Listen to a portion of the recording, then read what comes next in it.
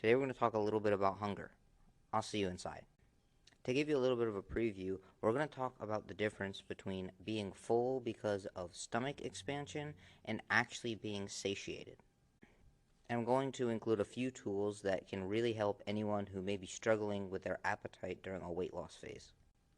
So hopping right into it, I think there are actually two different things that we can leverage to make ourselves feel more satiated even if we are purposely restricting calories in order to try and lose weight. The first one is satisfaction, and the second one is satiety. And I realize these terms may sound like they are the exact same thing, but there is one difference that delineates these two, and I think it's a very important distinction. I think satisfaction is the ability to stop eating due to feelings of fullness. This would simply just being able to push yourself away from the table when you are eating, get up, and leave. But I think satiety is the ability to remain full for long periods of time up until the next meal. So satisfaction allows you to leave the table, and satiety keeps you away from it. And I really think what most people are looking for is satiety, because no one wants to go around their entire day feeling hungry. But satisfaction is also an important thing because satiety is typically a longer term process and takes a lot longer to transpire. But satisfaction would be the acute feeling of simply not wanting to eat anymore. So when we're looking at satisfaction, this is going to be driven more by the physical feelings of fullness rather than the psychological feelings of fullness. And what I mean by this is that satisfaction typically is going to be driven by the expansion of the stomach. As most people know, when you eat a large meal, your stomach will expand, and because your stomach is stretched out, you don't want to eat any more food. This is typically referred to as volumetric fullness. So we actually have a specific hormone called ghrelin that will be released when our stomach is empty, and ghrelin is the one hormone that really makes us feel very hungry. So when there's simply just not enough content inside of our stomach, we'll produce more ghrelin, driving us to eat. And just filling up our stomach will actually reduce the production of ghrelin. And this is where the idea of just drinking a lot of water with your meal in order to fill up your stomach came from. And it certainly does work if you've ever tried it. If you drink a lot of water before your meal, you typically will eat less at that meal, but you'll be extremely hungry very quickly afterwards. And other examples of this are things like trying to eat soups with lots of liquid in it, or trying to eat very large salads that have very low calories. And as food manufacturers and food scientists become more creative, we're actually producing foods that have high volumes, but we use artificial sweeteners that do not have a caloric content, so they are higher in volume but don't actually come with any sort of nutrition. And now this sort of volumetric satiety definitely does work, and this is actually the concept of gastric bypass surgery. This is a surgery where they actually remove part of your stomach so it takes less food to fill up your stomach. And this surgery can be extremely successful as long as you're eating the correct types of food.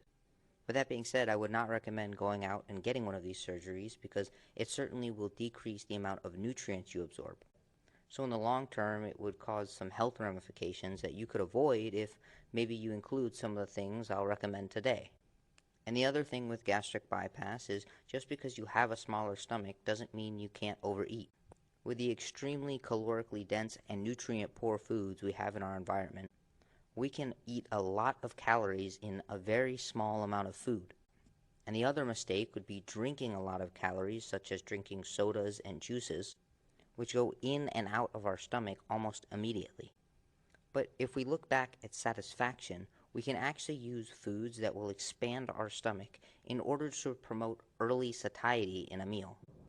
This is simply just feeling the urge to stop eating earlier than you may have if you were eating more calorically dense foods that didn't have as great of a volume. The best recommendations would be eating foods that have high water content, like fruits and vegetables. And the other great thing that I have found to help people is using unflavored gelatin. So gelatin is simply just a collagen protein, so it's like a very cheap collagen protein powder. But instead of making a protein shake, you can actually make gelatin by simply adding it to water and maybe adding some sort of flavoring to it. And the best thing about this would be that you're actually increasing the amount of collagen protein you're consuming. But remember that all of this will usually be transient, and because these foods don't actually have that much nutrition in them, because they're mostly water, they'll be digested extremely rapidly, so this stomach distension will only last for a brief period of time. And if it lasts any longer than that, let's say you're eating a large salad and you feel distended for the rest of the day, then you likely have a problem digesting these foods. So you can either remove these foods or meet with a specialist to fix your digestive system so you can properly digest all of the food that you're eating. With that being said, the body is not stupid. We actually do need to supply it with some sort of nutrition in order for it to keep us from looking for more food.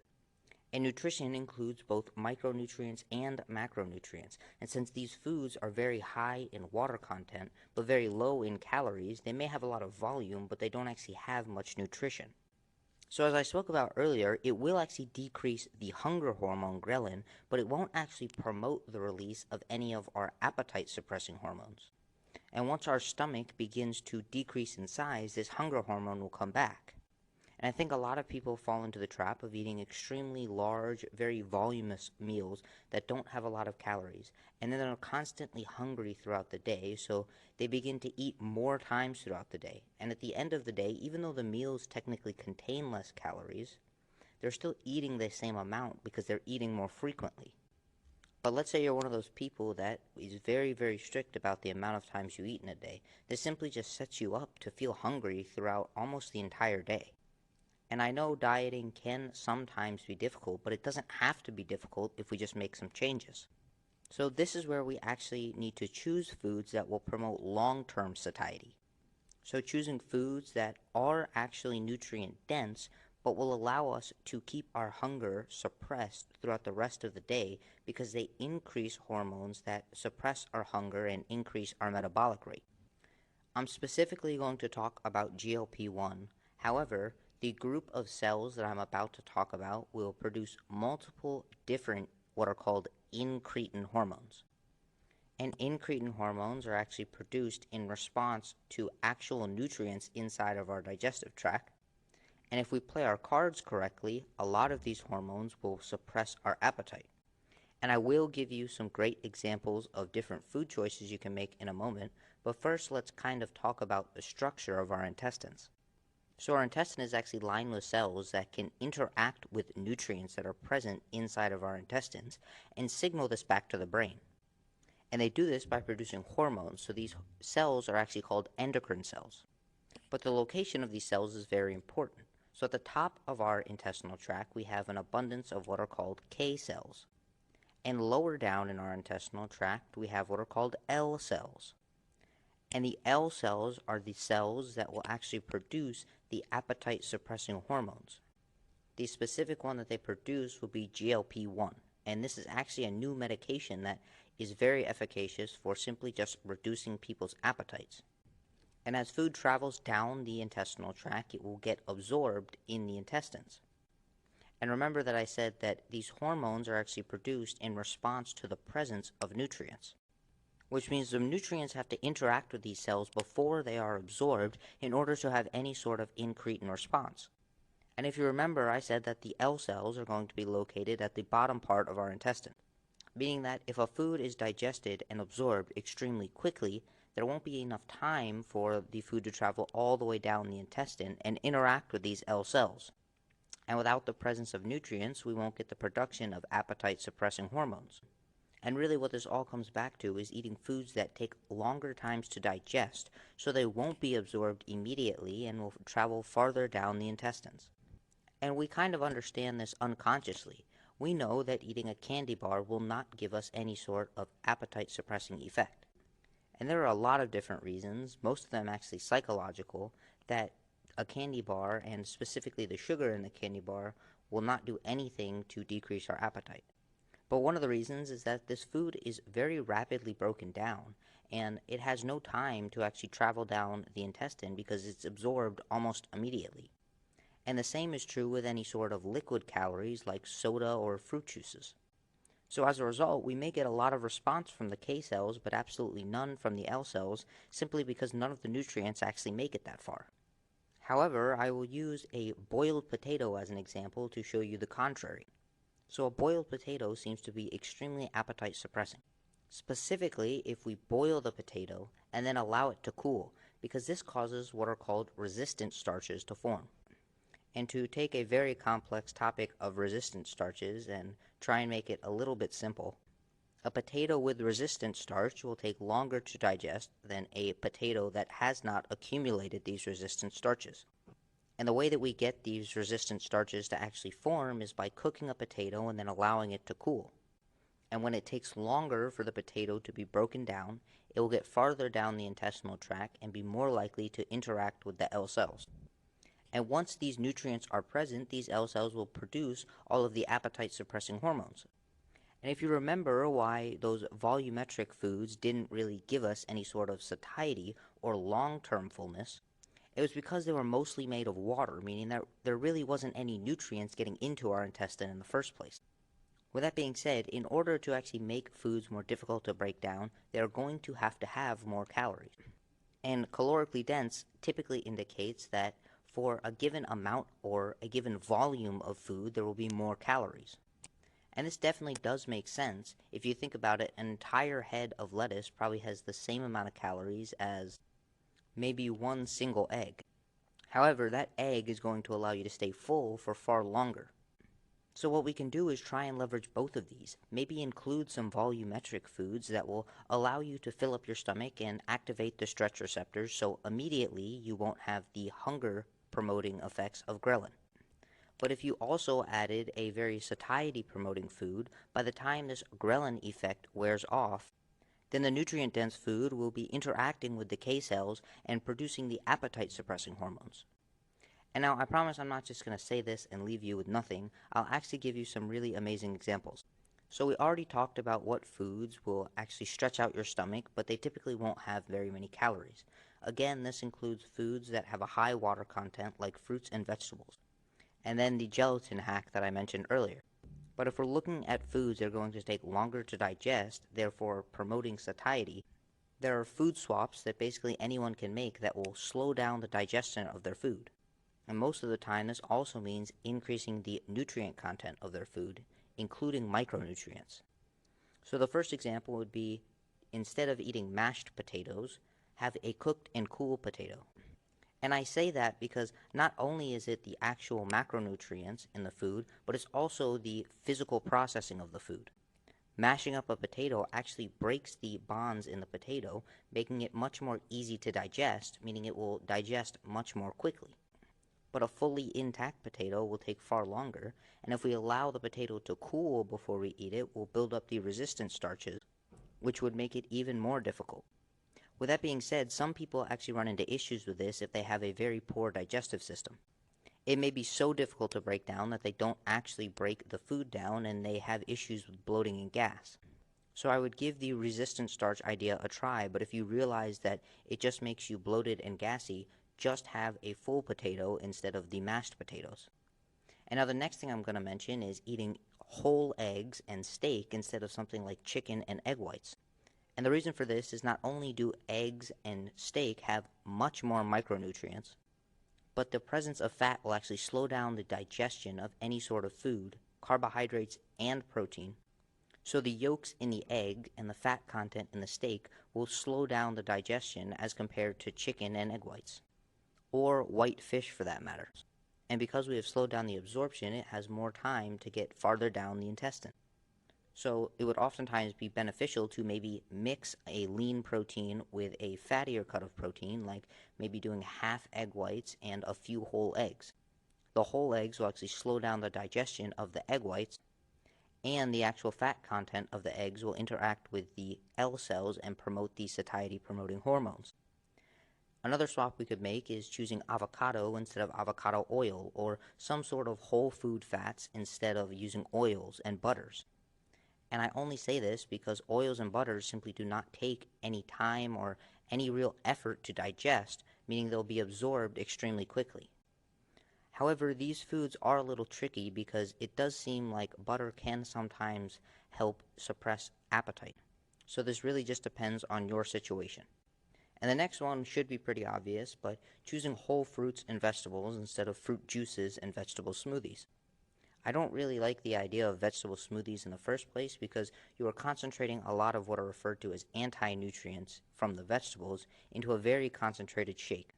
Along with some of the beneficial stuff they contain, vegetables do also contain what are called anti-nutrients. And I'm going to do an entirely separate episode on these, but these will actually inhibit some of your nutrient absorption.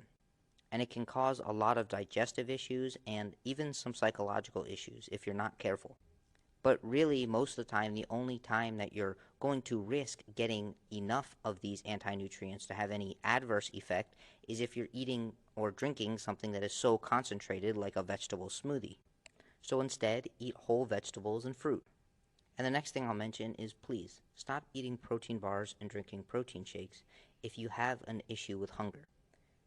While protein is amazing, and I think everyone should be eating an abundance of protein, protein bars and protein shakes are not the way to do it. If you're trying to increase the amount of food that you're eating, they could be helpful because they will simply not make you feel full. So using protein bars and protein shakes for someone trying to gain weight could be helpful, but if you're trying to lose weight, it would simply be much better to get your protein from actual food. And since we're on the topic of protein, we actually do have a homeostatic hunger for amino acids, which are the building blocks of protein. So making sure that you're getting at least zero point 0.8 grams per pound of protein is definitely going to help increase your satiety. And the other thing is there are actually a myriad of nutrient deficiencies that can cause your body to continue to seek food to try and ramify the deficiency. So all I can really say is try and prioritize micronutrients as well. And the foods with the most micronutrients are going to be bivalves, specifically oysters, any sort of organ meats, as I mentioned, eggs, specifically the egg yolk, ruminant animals like cows, bison, and elk, as diverse of an amount of seafood as you can find, such as salmon and other really cool fish. And as a good rule of thumb, trying to eat as many different colors of fruits, vegetables, and meats as possible is going to increase the diversity of your micronutrient intake. And if you take a look back, this kind of makes sense. Things like salmon, egg yolks, and red meat are going to have much more micronutrients than any sort of white meat like white fish, chicken, and turkey. So if I really had to construct you a meal, I would definitely say to try and first eat foods that you know will promote satiety, and then if you still feel slightly hungry once you finish, then you can resort to eating foods that may be higher in volume but lower in calories.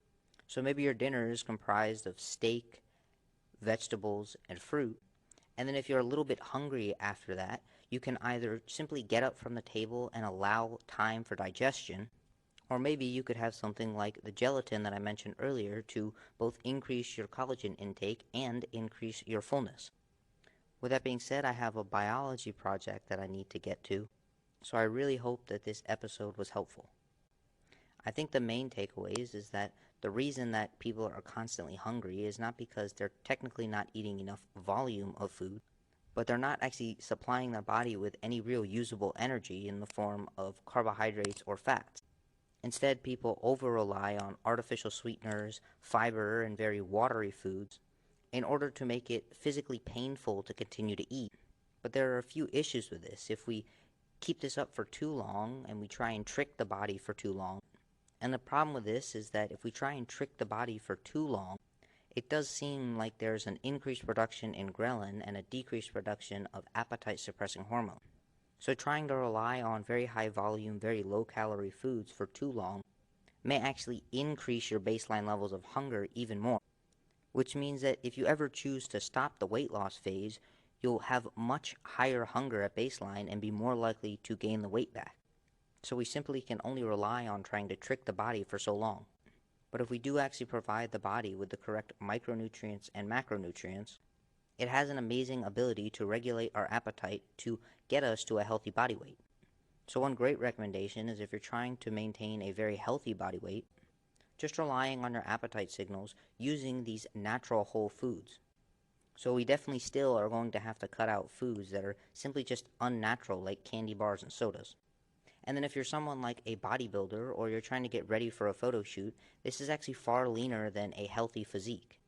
Getting down to this low of body fat is not actually healthy, which means technically you may actually have to trick the body a little bit, so this is when you can actually use some of these high volume, low calorie foods. you would still ensure that you're getting all of the nutrition that you need, and then you can use some of these higher volume foods in order to slightly trick the body to allow yourself to get down to extremely low body fat levels. But as any bodybuilder will tell you, you will end up extremely hungry if you do this for too long.